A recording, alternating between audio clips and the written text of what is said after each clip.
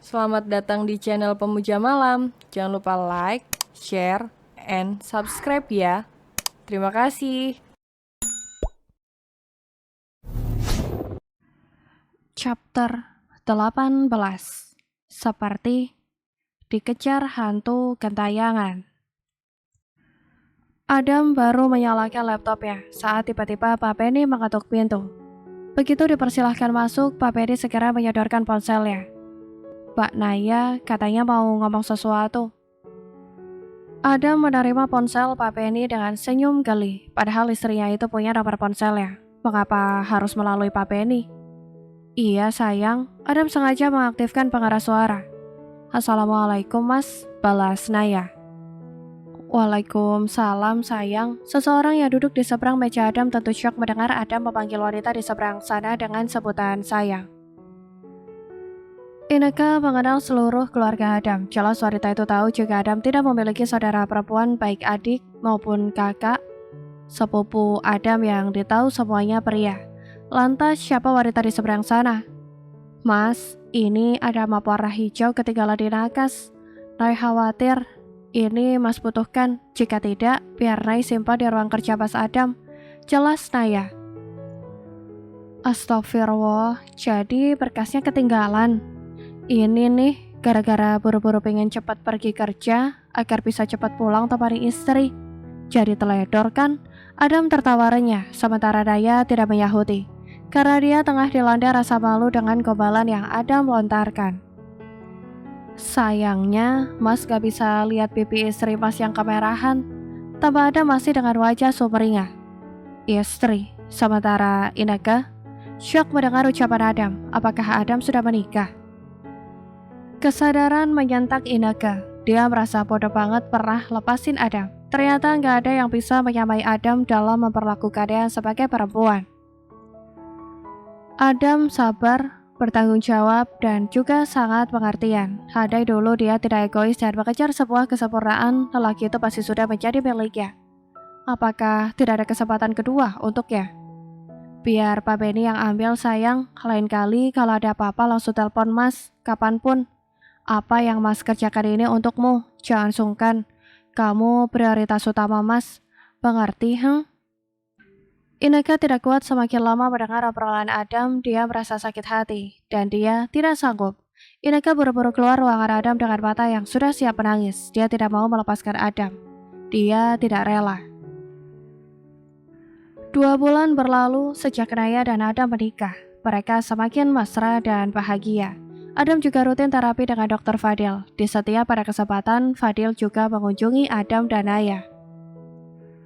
Naya juga dekat dengan istri Fadil yang bernama Denada. Denada yang cariwis dan gentil, gemar mengajari Naya berhias dan merubah penampilan Naya 180 derajat. Denada yang seorang perancang busana muslim menjadikan Naya sebagai model percobaan yang saling menguntungkan. Denada yang lebih tua 2 tahun dari Naya sangat betah berada di rumah Adam, yang kadangkala sampai membuat Fadil mengeluh ingin pindah rumah supaya istrinya tidak terus keluyuran. Tentu saja itu hanya sebagai gurauan. Ternyata Naya memiliki bakat tersembunyi yang membuat Denada merasa sangat cocok dekat dengannya. Adam masih betah tinggal di hunian terpencil. Meskipun berkali-kali Fadil membujuk agar Adam membangun rumah di perkotaan, tetapi Adam enggan meninggalkan kediaman orang tuanya. Hari ini Adam akan pergi ke Balikpapan, pengurus pekerjaannya yang tidak bisa diwakilkan. Seperti biasa, Naya akan mengantarkan Adam sampai pintu depan. Sebelum pria itu pergi, Adam sudah memberitahu Denada untuk bersedia menginap jika ada waktu senggang. Karena Adam akan berada di Balikpapan kurang lebih 1 minggu, Adam sendiri tidak menyangka jika kepergiannya kali ini tetap dibuntuti oleh Ineke. Entah mengapa wanita itu berubah jadi penguntit. Baru saja memasuki gedung hotel yang berpusat di Semayang, Balikpapan, wanita yang pernah mengisi hati Adam itu sudah terlihat di sana juga, dengan sebuah koper kecil di tangan. Sepertinya Adam harus lebih tegas sekarang, karena semakin hari Adam seperti dikejar hantu gentayangan.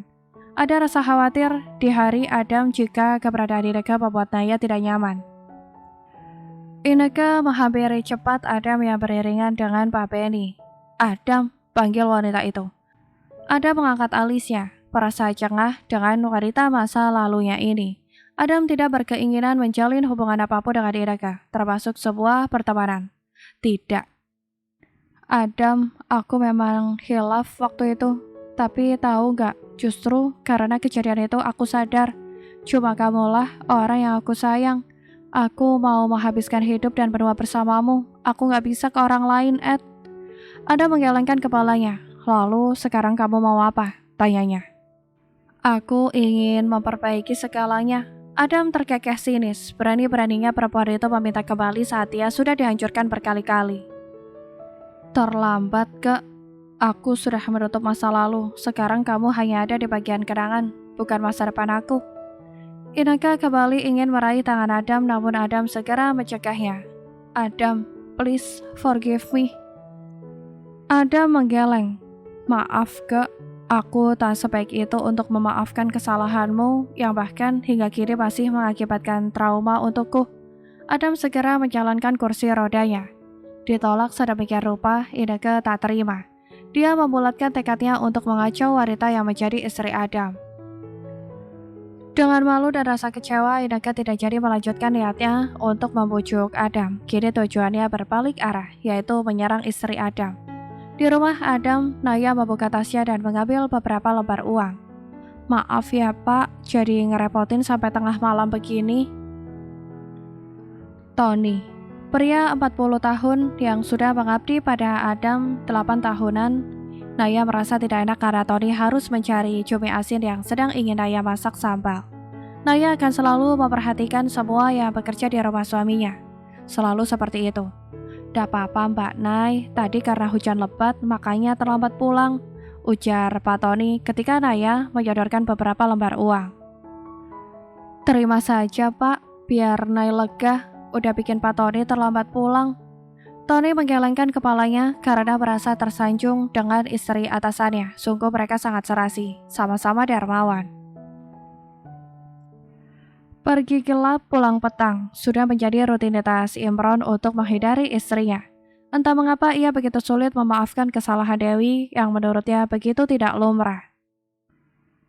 Berkali-kali Imron mencoba, tetapi rasanya tetap sangat sulit. Dekat dengan Dewi kini terasa menyiksa untuknya. Imron melangkah pelan memasuki rumah. Saat melewati ruang tengah, Imron mendengar suara isak tangis. Imron tahu itu adalah Dewi. Jika dulu ia akan segera menghampiri wanita itu dan melakukan berbagai cara untuk menghentikan tangisan tak bermutu atau tangis palsu itu, kini sudah kesekian kalinya Imron abai. Entahlah, perasaannya benar-benar terasa hambar saat ini. Haruskah Imron menyerah? Dia juga tak tertarik pada siapapun. Entahlah, kejadian itu menjadikan Imron takut memiliki anak, takut terkena karma sebab perbuatan istrinya. Naya sedang membawa Busari jalan pagi seperti biasa. Tiba-tiba Denada menghubungi. Istri dokter spesialis saraf itu ingin meminta Naya membuat satu desain baju lagi.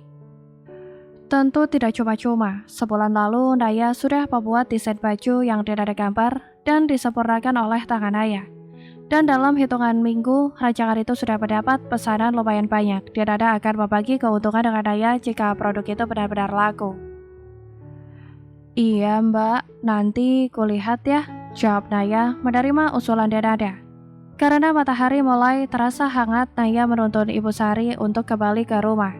Ineke tidak mengira jika Adam masih tinggal di rumah kuno ini. Terakhir kali dia melihat rumah ini, kala itu bangunan ini sedang dihancurkan oleh alat berat.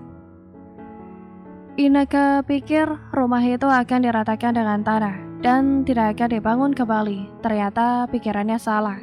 Naya baru saja masuk ke dalam rumah saat tiba-tiba bel berbunyi.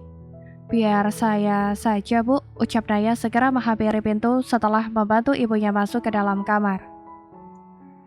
Naya seketika menatap Ineke dengan pandangan bertanya.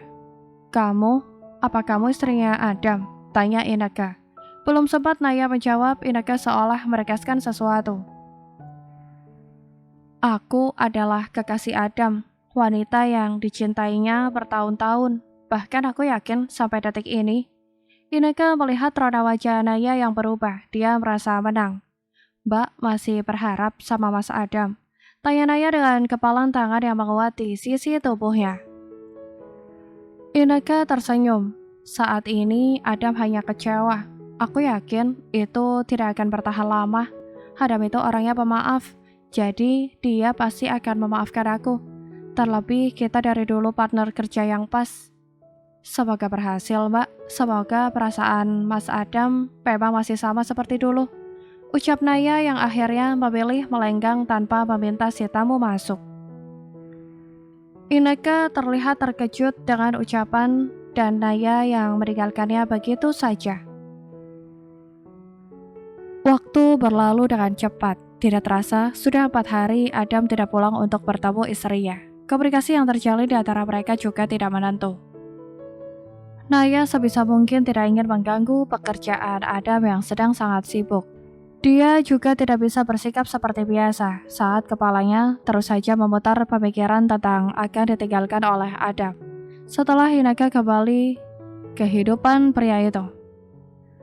Nay, Adam ngambek itu. Kenapa teleponnya tidak diangkat? Dan ada yang baru datang langsung menghampiri Naya.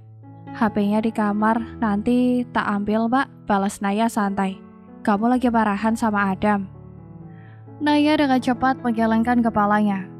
Bohong, kalau kalian baik-baik saja, gak mungkin kamu gak peduli sama panggilan Adam. Dia tuh kangen tahu sama kamu. Perkataan dan nada itu membuat Naya tersenyum tipis. Dia juga rindu akan suaminya, namun rasa takutnya kini lebih mendominasi. Naya berpikir jika disuruh memilih, Adam akan memilih Ineke daripada Naya, karena wanita itu sudah lama dicintai olehnya. Dengan helaan nafas berat, dan nada mendial nomor Adam. Halo, Dam. Gimana deh, Naya baik-baik saja kan? Adam terdiam memandang seduh ponsel yang berada di atas meja. Laki-laki itu seakan baru saja dijatuhi bom setelah kembali bertemu dengan kekasih lamanya. Wanita yang pergi meninggalkan dirinya, begitu saja hanya untuk bersama laki-laki lain setelah dia dinyatakan lumpuh. Apa yang salah dengan Mas Nay? Kenapa kamu seperti enggan Mas hubungi? Tanya Adam dengan pandangan lurus ke ponselnya.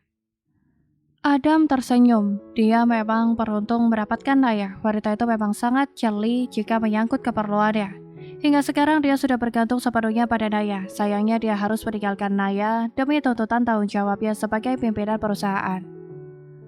Seandainya saja pekerjaan ini tidak penting, Adam gak akan bertahan di sini. Adam pasti akan pulang dan menanyakan apa yang membuat istrinya terkesan menjauh. Naya sedikit berbeda. Adam tidak tahu kenapa, tapi Adam tidak bisa merasakan. Naya sedang menyembunyikan sesuatu yang membuatnya tiba-tiba berubah. Kamu bikin Mas khawatir tahu nggak? Udah jarang angkat telepon, gak balas chat pula. Udah mulai nakal ya. Ada memandang wajah manis Naya yang digunakan sebagai wallpaper layar ponselnya. Mau bagaimana lagi? Mau bicara secara langsung, istrinya enggan mengangkat panggilan teleponnya. Wanita tidak akan bisa merubah sifat seorang laki-laki, tapi laki-laki akan merubah sifatnya sendiri demi wanita yang dicintainya.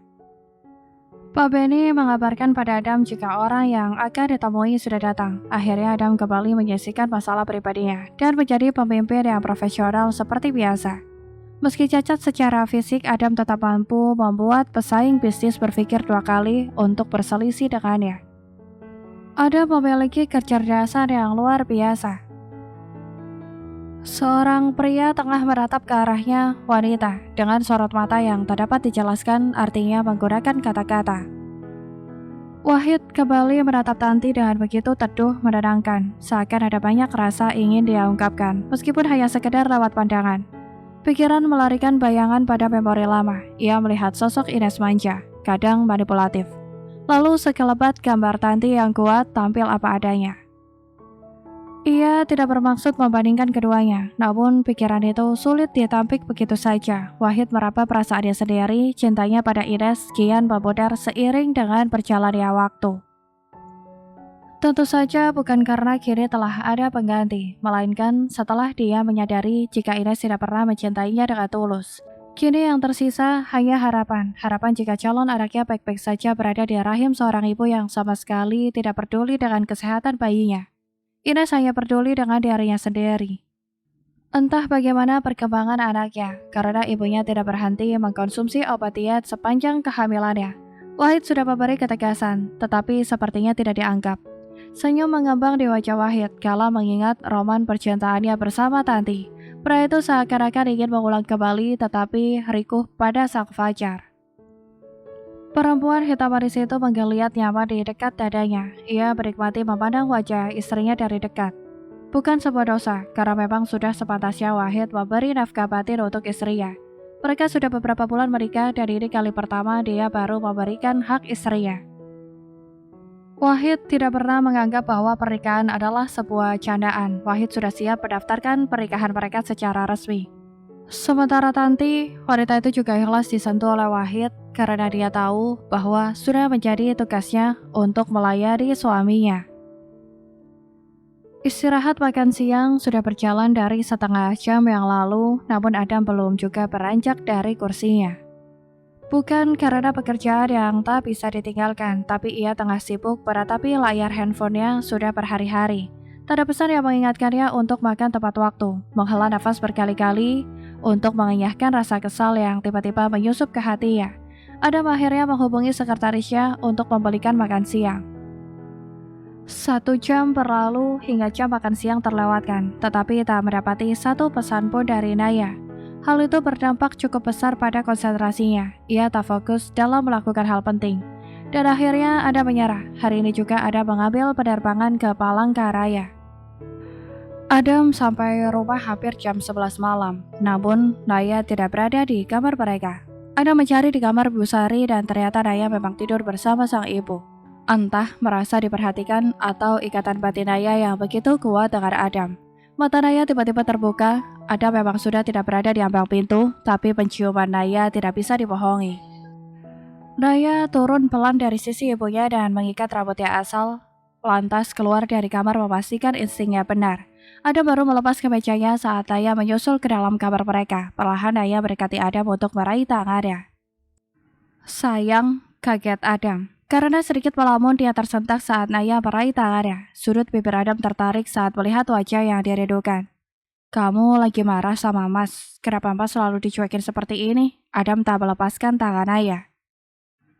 Katakan Nay, karena Mas gak akan lepasin kamu sebelum kamu jujur dengan apa yang sedang kamu rasakan. Tambahnya, Naya tidak mengatakan apa-apa, membuat Adam semakin yakin ada yang tidak beres. Kamu menyesal menikah dengan pria cacat seperti Mas? Pertanyaan Adam selanjutnya langsung membuat Naya menggeleng tegas. Lantas, tuntut Adam. Naya masih berlutut di depan Adam. Saat Adam menarik dagunya untuk mendongak, membuat pandangan mereka bertemu.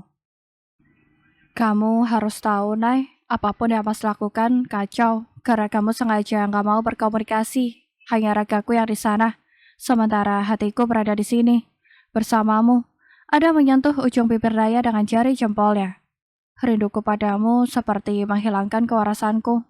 Apa hanya aku yang demikian?